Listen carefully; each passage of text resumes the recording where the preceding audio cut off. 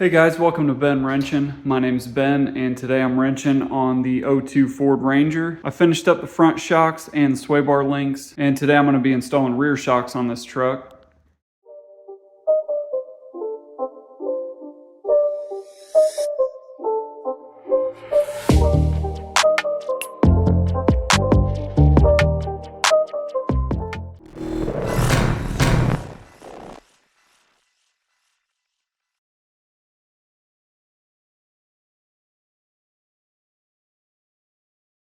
This is everything I'm going to need to get it done. I've got a jack and jack stands with wheel chocks, a couple of breaker bars, a couple of ratchets, and some 15 and 18 millimeter sockets, a torque wrench, and of course some PB blaster. This is going to be a quick video because I need to get this done tonight so my buddy can have his truck back tomorrow. So I'm just going to get after it. I'm going to jack the truck up and get it on jack stands, and then I can use my jack for the rear axle, and then I can start spinning some bolts and get these off. So I'm ready to do it. Let's get into it.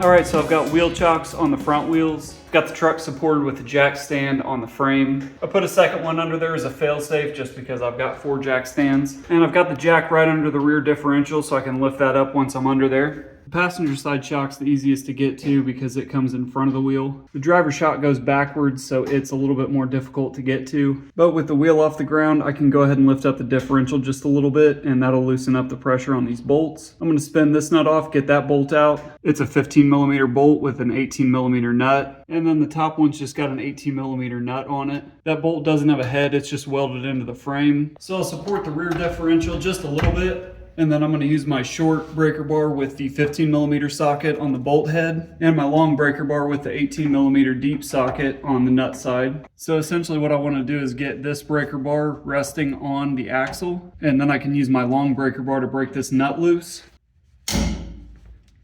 Now I can use my ratchet to loosen it up a little bit more.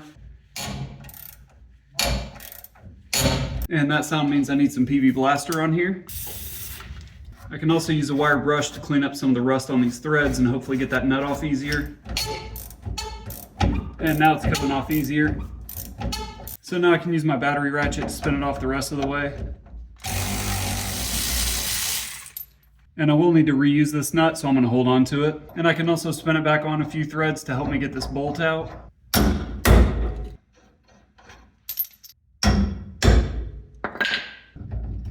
Alright, and that bolt came out pretty easy. So now I'll work on the top nut. I'll start with the wire brush to clean it up a little bit. I'll hit it with some PB blaster. I'm going at it right through here because I've got enough room here to do it. And that one came right off, so that's not too bad. I should be able to use my swivel head socket to get it off the rest of the way now. And it's a lot looser than I thought it was going to be, so this wasn't too bad at all. And there is the nut for the top. And I'm using a long pry bar to pry this off the stud. And there we go. The shock is out. Here's the part number for the new shock. I'll link these in the description. I'm so glad this is going way easier than the front shocks did.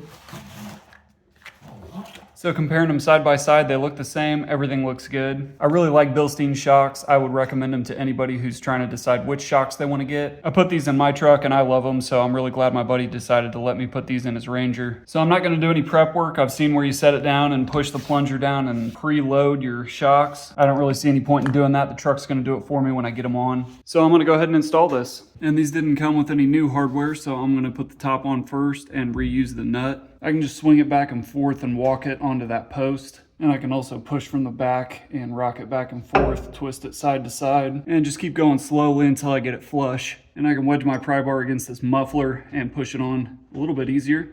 And I'll use just a little bit of PB blaster as a lubricant, and hopefully that'll help me get it on a little bit easier. And there we go, that looks pretty flush, so I think that's good. The nut on this top one is bent back pretty good. It looks like it's supposed to be like that. And so I'll tighten this down by hand, but I'm not gonna crank it down just yet. I'm gonna wait and torque these down once I get the weight back on the wheels.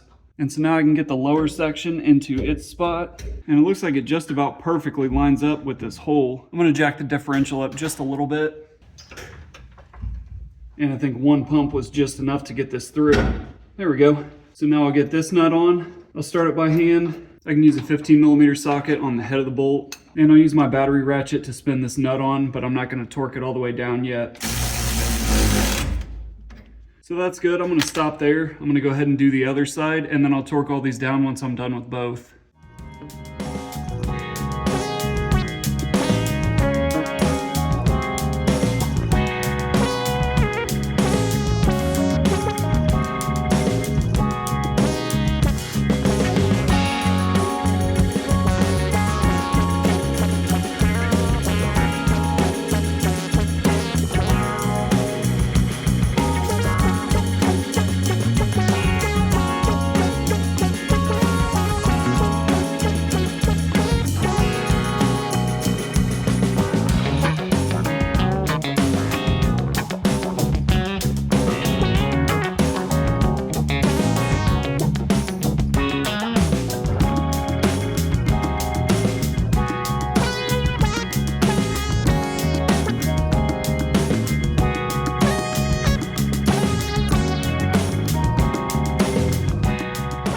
Alright, and with the weight back on the wheels, I can go ahead and torque all these nuts down to 46 foot-pounds.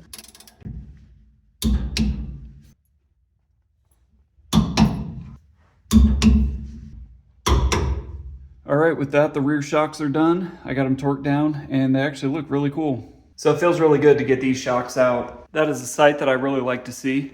And look at the difference. I can't even get one bounce out of this. This side benefited from this too, because I can't get a bounce out of either side. That's one reason I really like Bilsteins. I've got a few extra stickers. If you guys want these, let me know and I'll send it to you. So that is the end of the suspension project on this truck. I'm sure this truck's gonna ride a lot better. I'm gonna drive it around for a day and then I'm gonna torque everything down one more time. But that's really it for this one, guys. That was not too bad. So subscribe if you wanna see what else I've done on this Ford Ranger, including the front shocks and the sway bar links. And as always, thanks for watching, guys, and I will catch you in the next video.